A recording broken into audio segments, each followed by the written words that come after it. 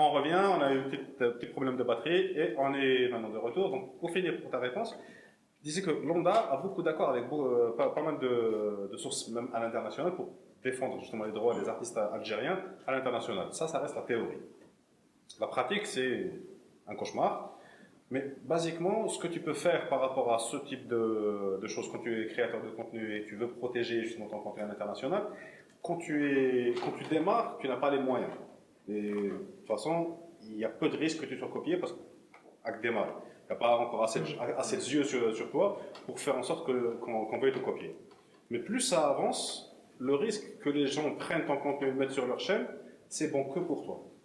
Parce qu'en fait, ça te fait plus de pub et ça fait en sorte que si tu es copié, c'est que c'est bon ce que tu es en train de faire. C'est une validation. Le concept à Internet, c'est que voilà, n'essaie pas de garder, d'interdire la copie, c'est le principe même sur lequel Internet a été bâti. Donc, tout le monde a juste certains des trucs, je fais Internet. Donc, c'est un problème qui n'est pas à ce niveau. Mais si ça devient un truc qui touche à votre revenu, ça c'est autre chose. Donc, et là, il y a des méthodes, une fois à ce niveau-là, par exemple, qui m'a Gangnam Style, l'un des trucs qui a fait que ça a été lancé, que ça a eu l'impact que ça a eu, c'est qu'ils n'ont pas interdit la copie. Et au contraire, ça a fait buzzer de plus en plus, ce qui fait, c'est à augmenter les ventes des disques, ce qui a augmenté la notoriété de la chaîne, ce qui a fait, bref, tout ce qui est venu par la suite.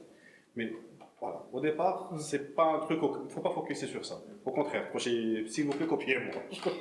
Ça va me donner plus de visibilité. Si je peux rajouter pas qu'un petit truc par rapport à Lambda, c'est que, en fait, Lambda, à chaque fois qu'on diffuse un contenu multimédia, ils appellent ça multimédia, c'est même musique, les sons de ta téléphone, tout, en fait, ouais. tout sur de trucs, il faut payer une redevance à Lambda.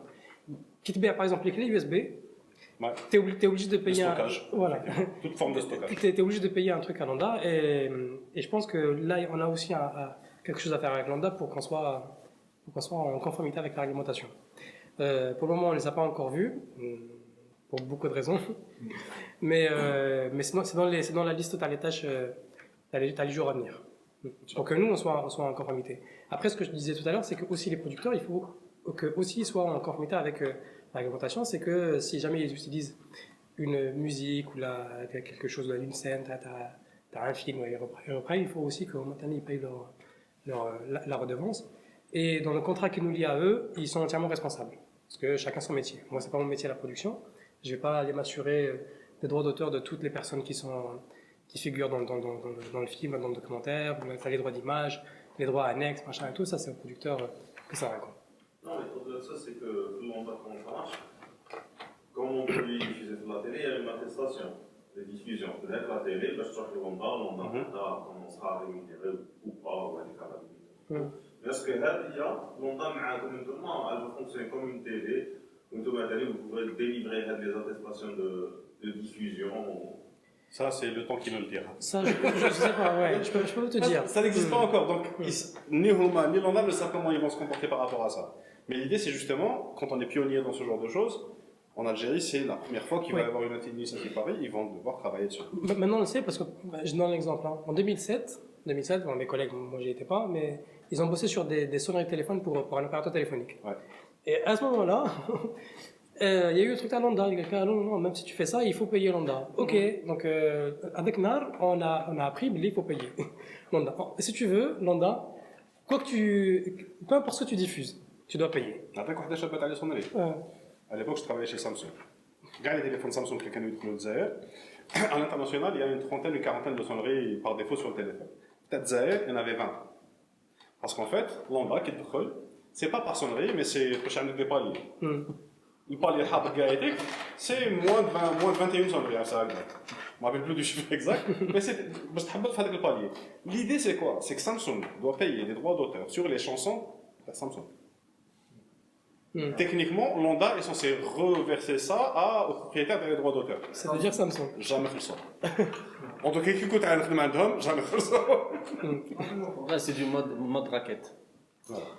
Sur le stockage, sur la FS, je comprends, parce que ça c'est à l'international. Il y a des taxes sur tous les formats d'enregistrement qui existent, les CD, les DVD, les graveurs, etc. Tout ça, c'est des trucs qui sont là. Mais en Algérie, ils ont un niveau super élevé. Les graveurs, par exemple, à l'époque, maintenant c'est plus d'actualité, mais un graveur CD coût de production c'était 50 centimes de dollars. Qu'il y a après taxes ou la phase gaétique, il passait à 3000 dinars. هذا مازال ما حطيناش لا مارج تاع l'importateur. ما حسبتلكش لي كو دو ستوكاج. Non, c'est juste le coût de stockage تاع matériel quelque part. Mais 3000 dinars, c'est 50 centimes. Non, ça, les questions de réglementation, ça va être compliqué, mais... Mais ça évolue en fait, ça évolue. Ça évolue, mais après, ça prend le temps que ça prend pour tout. Et quelque chose de nouveau, à un moment, il faut... La réglementation ne vient qu'après. Et c'est partout dans le monde, hein, c'est comme ça, c'est pas l'Algérie, c'est pas l'exception. Netflix qui est Fabjet, voilà, ils savaient pas Surtout quand il s'agit d'innovation, tu peux pas réglementer quelque chose qui est nouveau, qui n'a jamais existé. Donc l'objectif, c'est le problème dernier, c'est qu'on a tendance à aller, c'est de trouver le règlement avant de lancer le truc. Alors qu'en principe, non. La réglementation se fait a posteriori. C'est-à-dire tu lances quelque chose, tu vois qu'est-ce que c'est en train de générer, et puis tu régules en fonction de la réaction du public par rapport à ça. La flexibilité, c'est autre chose. Oui, mais il faut... On préfère anticiper, on joue autour de le problème, c'est que tu anticipes quand tu as des gens en face qui ont les compétences nécessaires pour comprendre ce que tu es en train de faire et pour pouvoir te répondre une réponse à laquelle tu peux te fier.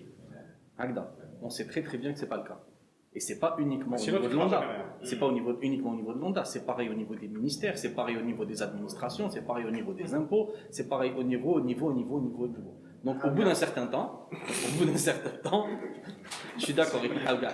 Au bout d'un certain temps, il va falloir, c'est où tu passes ton temps à aller chercher des réponses, à la belle que tu trouveras jamais, tu vois, ou alors tu fais ce que tu as à faire.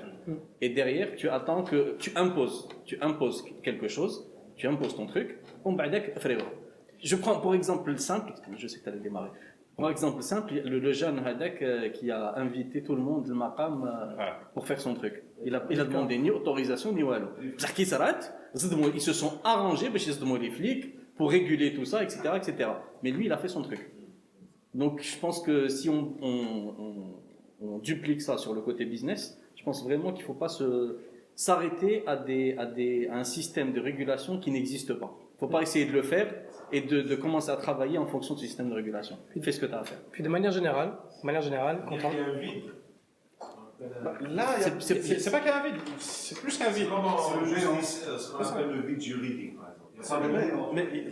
Mais il n'y a pas de loi. Alors chez nous, il n'y a pas de loi et il n'y a pas une loi a besoin d'un système de gouvernance pour veiller à ce que cette loi soit appliquée. Le jour où on a voulu... C'est ce qu'on appelle la jurisprudence. Non, même pas. La jurisprudence, c'est un cas spécifique qui a fait contourner la loi pour aller, enfin, mais pour aller sur le système HADAD, le ceinture de sécurité, ils ont mis en place le système, ils ont sorti la loi, et ils ont mis en place le système de gouvernance qui a fait que tout le monde aujourd'hui met sa ceinture de sécurité. D'accord. Alors qu'il y a plein d'autres choses. On t'envoie un effet d'annonce. On te dit à partir de demain, vous allez pouvoir faire ça. Tu vas dans l'administration, est-ce que c'est l'effet d'annonce que je dois suivre? Est-ce que c'est la loi qui doit effectivement être appliquée? Est-ce que c'est le système de gouvernance qui va faire que... Exactement. Après, je dirais, c'est peut-être pas très comment dire, très... Subtil? C'est subtil. Très... Non, j'espère que si, quand même. J'espère que ça veut... Non, c'est peut-être pas très clean. C'est peut-être très clean en fait ce que je dis, mais en général, il n'est pas interdit de voler, il est interdit de se faire prendre. C'est pas ce que je vous pousse à voler, mais l'hkaya kamel, c'est pour se faire prendre qu'il y ait un système de gouvernance qui va faire que on puisse vérifier et on puisse découvrir quand tu as volé. Voilà. C'est très simple. E-commerce en Algérie, il n'y avait aucune loi. Maintenant, il y a une demi-loi. Mais pendant tout ce temps-là, les gens qui allaient sur Internet, qui allaient sur Knes, les sites de e-commerce de BO, mais ils utilisaient un code d'activité qui n'avait rien à voir, qui était vente à distance de biens et de services. Avec un forfait imposable de 10 000 dinars Pas forcément, ça dépend. Je connais qui faisaient ça au réel. Mais basiquement, il y a un code d'activité, c'est vente à distance. Effectivement, leur activité, c'est vrai que ça se passe sur Internet. Mais c'est de la vente à distance aussi. Voilà, non, c'est genre la marchandise elle est là, le client il est ailleurs, je lui vends à distance. Le câble téléphone, la télévision, Internet, je leur dis. Tu vois, c'est ce genre de choses. Tu trouves toujours un mini hack pour contourner ce qui se fait. En fait, ouais, et de manière générale, Si tu attends d'avoir tout propre, tout clean avant de commencer, tu vas jamais le faire. Donc il vaut mieux commencer et tu... Faut être rusé. Voilà, il faut commencer à un moment.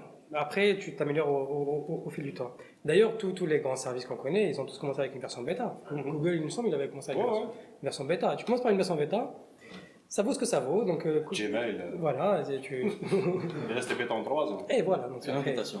Sur invitation à l'époque, ouais, c'est vrai. Sur invitation. Ouais, sur invitation. Et donc, il faut quand même se lancer. Après, nous, pour l'argumentation, on a pensé pas qu'à Lambda, à d'autres institutions aussi. Je suis allé voir des institutions. Il y en a une notamment où je suis arrivé, où le Hassas m'a fait une troll. Il était 11h, il m'a dit, gars à réunion. Comment ça, gars à réunion? Il m'a dit, j'ai besoin d'une information, j'ai un projet, j'ai besoin d'une information. Ah, ma réunion, je sais qui fait? Ou les radouas. Et là, tu dis, ok, soit on daous ma, ou là, non, en fait, je suis parti, Ah, c'est la vraie définition de la barrière à l'entrée. Je suis pas d'accord, il fallait le daousma. Il fallait le daousma. Et non, parce qu'après, physiquement, je peux pas assumer. Il y a aussi une autre méthode. Tu passes matin. Voilà, tu vois, donc... non, je sais pas faire ça. En vrai, je sais pas faire ça. Je sais pas faire ça. Donc du coup, je suis parti, je suis plus jamais retourné, et on s'était dit, ok, on lance, qui dit on bat ça, on verra comment on fait avec cette institution. Bref. Sur ces derniers mots, je pense qu'on va clôturer la séance d'aujourd'hui. Avec ça, Amen. Merci à toi. On en fait la clôture, effectivement. Jacques-Lo Tacos بالمرقاز.